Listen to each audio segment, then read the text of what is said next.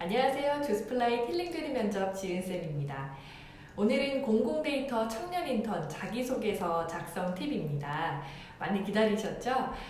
가벼운 마음으로 지원하려고 했는데 자소서 항목 보니까 너무 어렵습니다. 막막하신 분들 많이 계실 것 같은데요. 근데 인턴이 이제 뛰어난 역량을 보려고 하는 것이 아니라 배워보려고 하는 자세나 의지를 보려고 하는 만큼 너무 부담 갖지 마시고 작성해 보시면 좋을 것 같습니다. 편한 마음으로 같이 영상 보면서 생각 정리해 보세요. 총 4가지 문항입니다. 각각 500자이고요. 500자는 제가 직접 작성해보니까 7문장 정도 나오더라고요. 참고하시고 시작하시면 좋을 것 같습니다. 자, 각 항목별로 살펴볼게요. 1번은 의사소통 과정에서 발생하는 본인의 단점 한 가지를 관련 경험과 함께 기술하여 주십시오입니다. 인턴 업무가 업무 담당자를 지원하는 일인 만큼 의사소통 능력이 굉장히 중요할 것 같습니다. 그런데 첫 문항이 장점도 아니고 단점이 나와서 굉장히 당황스러우시죠? 근데 여기서 중요한 건 얼마나 단점처럼 보이지 않느냐가 아니라 내가 스스로 얼마나 단점을 인지하고 있느냐입니다. 그래서 단점을 좀 진정성 있게 쓰시고, 그리고 단점을 파악하려면 계기가 있었을 것이고 그거를 그 과정에서 깨달은 바가 있을 것입니다. 그래서 쉽게 말씀드려서 3가지 파트로 나누면, 첫 번째는 단점이 무엇인지, 그리고 그것을 깨닫게 된 계기, 경험이죠. 3번째는 그 과정에서 깨달은 점, 이 3가지로 나누시면 편할 것 같습니다. 자, 하나씩 볼게요. 단점을 골라볼 텐데요.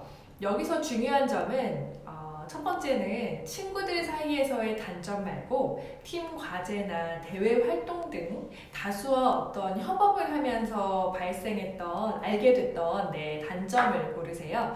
그리고 첫 문항인 만큼 뉘앙스를 조금은 부드럽게 가시는 게 좋을 것 같습니다. 예를 좀 들어드리면 좀 지시나 요청을 어려워하는 성격이 있을 수도 있을 것 같고요. 그리고 좀 추진을 빨리 중시하다 보니까, 빨리 추진하는 걸 중시하다 보니까 중간 소통을 좀 간과하는 경향이 있을 수 있을 것 같습니다. 그래서 이거를 막 다른 사람의 의견을 잘 듣지 않는다, 이렇게 너무 단정적으로 극단적으로 쓰지 마시고 좀 추진을 중시하다 보니 이런 경향이 있었다, 이런 식으로 쓰셔도 저는 괜찮을 것 같아요.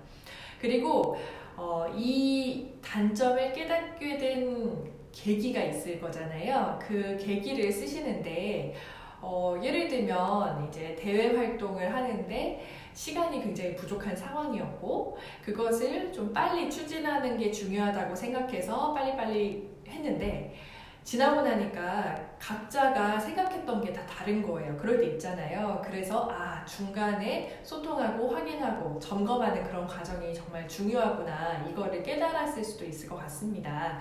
그래서 좀 그 마지막에는 의사소통에서 중요한 점으로 자연스럽게 연결하시면 좋을 것 같습니다. 네, 그리고 2번으로 바로 넘어가 보도록 하겠습니다.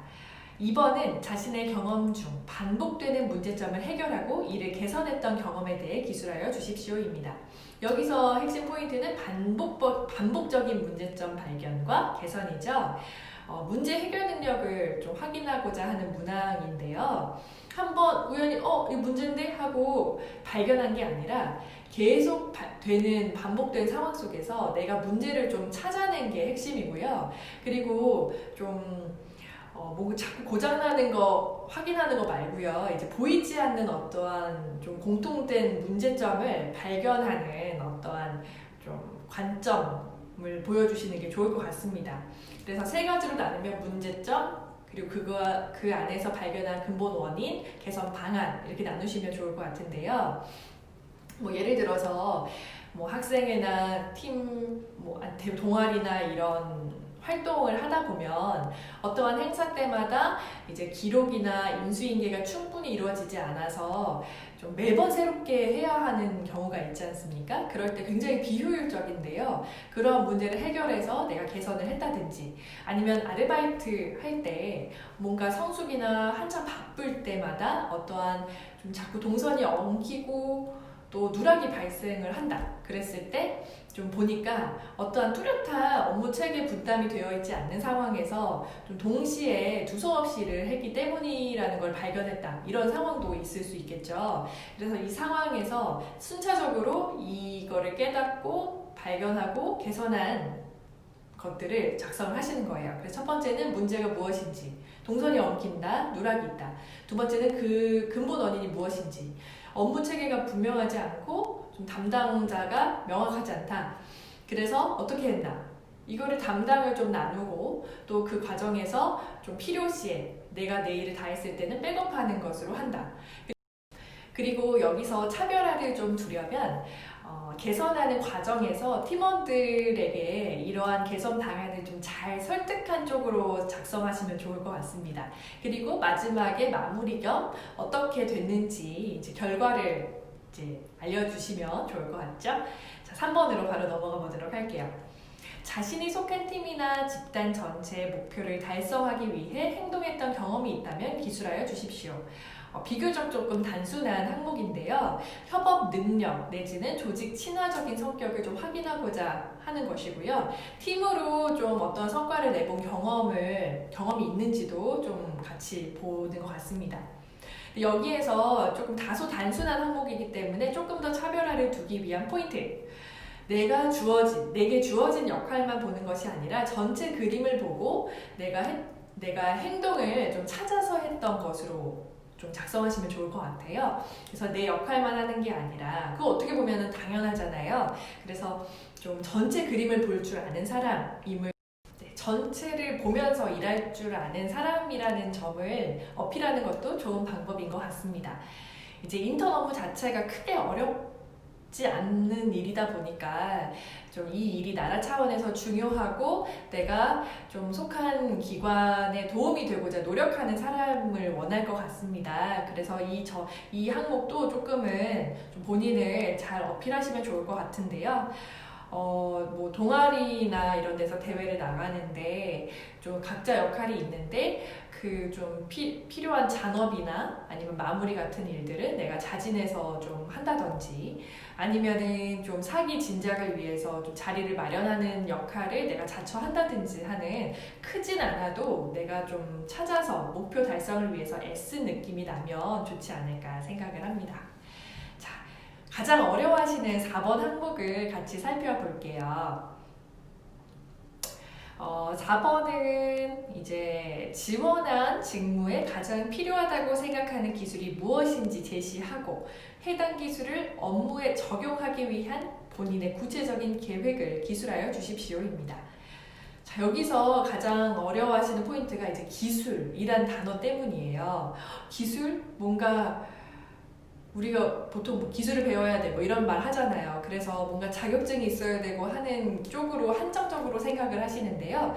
좀 본인이 가진 어떠한 역량, 능력 이런 쪽으로 넓게 보시는 게 좋을 것 같고요. 여기서 사실 중요한 것은 얼마나 누가 더 큰 역량을 가지고 있느냐가 아니라 이 업무가 무슨 업무인지 알고 왔느냐 하는 것입니다. 그래서 업무에 대한 파악을 먼저 선행을 하시고 여기서 이런 게 중요하겠구나 고민해 본 느낌이 가장 중요할 것 같은데요. 그래서 같이 한번 업무를 살펴볼까요? 여기 보시면 공공데이터 청년 인턴십 업무 정의서라는 파일이 따로 있습니다. 보시면요. 행정 공공기관의 공공데이터 업무 담당자를 지원한다. 근데 이제 업무 지원이라는 게 사실은 뭐 뚜렷하게 내가 할 일이 딱 정해져 있는 것이 아니라 수시로, 상시로 필요한 일들을 맡아서 해야 하고 또 그거를 왜 하는지, 왜 필요한지, 그리고 전체적으로 업무 흐름을 다 파악하고 있어야 사실은 그 지원도 가능한 거죠. 그래서 이런 역량도 중요할 것 같고요. 그리고 여기 써 있는 걸 보면은 기관 내 보유 데이터 현황 점검 등을 통한 개방 데이터 목록을 구성하려면 이렇게 막 쓰는 게 아니라 이제 데이터를 좀 잘 분석하고 이해하는 능력이라든지 아니면 정보를 좀 체계적으로 분류, 쪼개는 그런 역량이라든지 정리하는 역량 이런 것도 굉장히 중요할 것 같습니다. 그리고 여기 보시면 공공데이터 포털에 등록된 데이터명, 업데이트 주기, 파일 형식 등을 점검한다. 포털 개방 여부 점검한다. 이렇게 점검할 일이 많아요. 근데 점검할 업무들이 많다 보니까 일을 조금 체계적으로, 조직적으로 한다든지 좀 꼼꼼한 정확성 이런 것도 굉장히 중요할 것 같습니다.